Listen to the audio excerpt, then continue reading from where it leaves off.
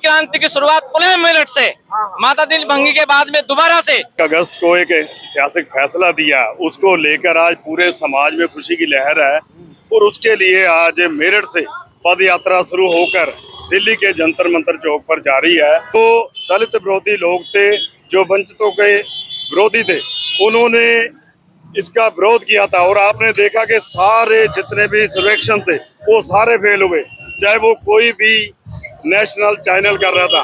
TSC समाज पहली बार हिंदुस्तान का पूरा टीएससी समाज एकता के सूत्र में बंधने जा रहा है। पद यात्रा बहुत ही मजबूती के साथ पूरे देश भर से वाल्मीकि समाज, डीएससी समाज इकट्ठा होगा जंतर मंतर पे।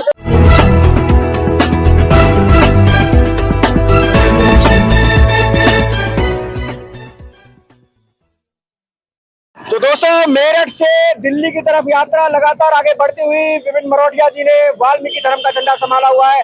एडवोकेट रमेश बहुत जी हैं, नंद किशोर बेनीवाल जी, तमाम लोग मेरठ से दिल्ली की तरफ रवाना हो चुके हैं। मेरठ की तस्वीरें हैं ये, और ऐसे में एडवोकेट रमेश जी मेरे साथ हैं। जी एडवोकेट साहब, क्या कहेंगे मेरठ से दिल्ली की तरफ?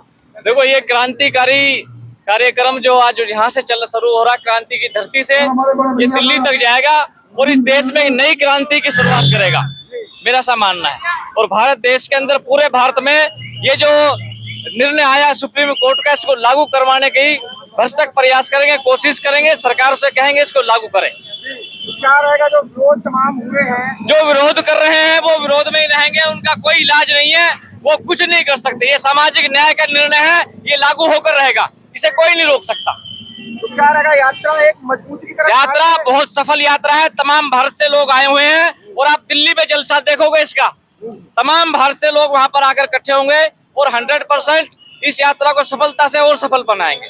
क्या एक नई क्रांति की शुरुआत हो रही है? ये एक नई क्रांति की शुरुआत पुनः मेरठ से माता दिल भंगी के बाद में दोबारा से उनके वंशजों ने ये क्रांति की शुरुआत करी है और आप इसका अंजाम देखेंगे। ये बड़े बड़े शेर आप लोग हमारे साथ देख रहे हो, है ना, ये इस यात्रा को अंजाम तक पहुंचाएंगे निश्चित तौर से। और मेरा ऐसा मानना है कि भारत सरकार भी जो हमारी वाजिब मांग है, जो सरकार ने जो निर्णय है सुप्रीम कोर्ट का, उसको लागू करने में सरकार भी शायद अब देरी नहीं करेगी और जहां जहां सरकार इसको लागू करेगी निश्चित रूप से वही सरकार इस देश में राज करेगी। तो एडवोकेट रमेश बहुत जी हमारे साथ थे। आप देखिए तमाम चीजें, क्या कहेंगे सर? मेरठ से लगातार कूच हो रहा है। देखो, मेरठ की जो संघर्ष की धरती है और यहाँ से संघर्ष शुरू हुआ है, एक जो मानयोग सुप्रीम कोर्ट ने एक इतिहासक जो 1 अगस्त को एक ऐतिहासिक फैसला दिया, उसको लेकर आज पूरे समाज में खुशी की लहर है और उसके लिए आज मेरठ से पद यात्रा शुरू होकर दिल्ली के जंतर मंतर चौक पर जारी है।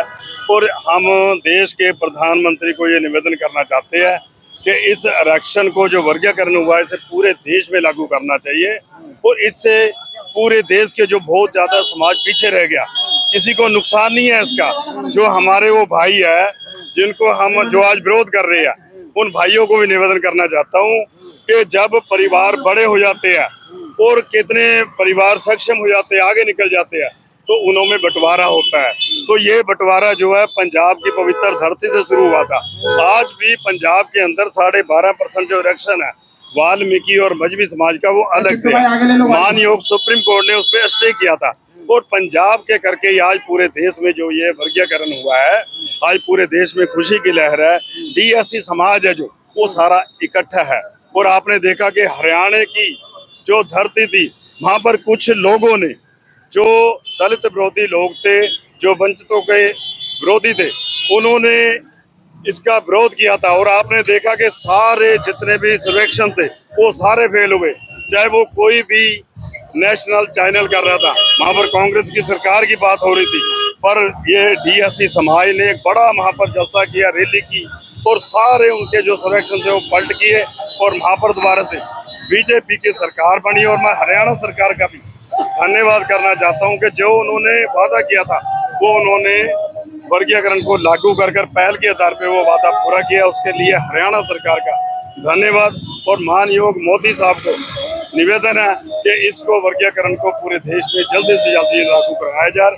और हम उनका धन्यवाद जो है, जो दिल्ली के जंतर मंतर चौक पर 11 नवंबर को दिन सोमवार को 12 बजे पहुंचकर वहां पर पद यात्रा लेकर जा रहे हैं, उनका धन्यवाद भी करेंगे और उनको ये मांग पत्र भी देंगे। जी विजय जी, एडवोकेट विजय जी हमारे साथ हैं गुड़गांव से। जी विजय जी, क्या रहेगा, डीएससी समाज कितना मजबूत होगा इस यात्रा से? डीएससी समाज पहली बार हिंदुस्तान का पूरा डीएससी समाज एकता के सूत्र में बंधने जा रहा है।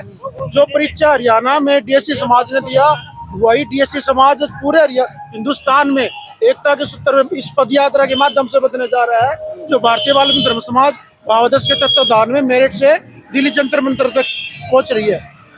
विपिन मरोटिया जी क्या कहेंगे, डीएससी समाज कितना मजबूत होगा इस यात्रा से?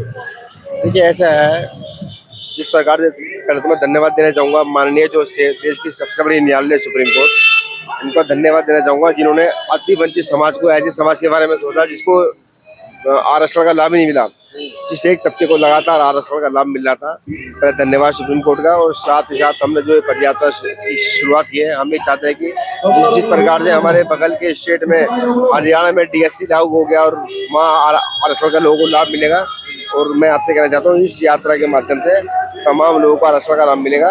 और ये साथ ही साथ हम लोग पूरे उत्तर प्रदेश में भारत में इस आरक्षण को लागू कराने का काम करेंगे। जी क्या कहना चाहेंगे सर?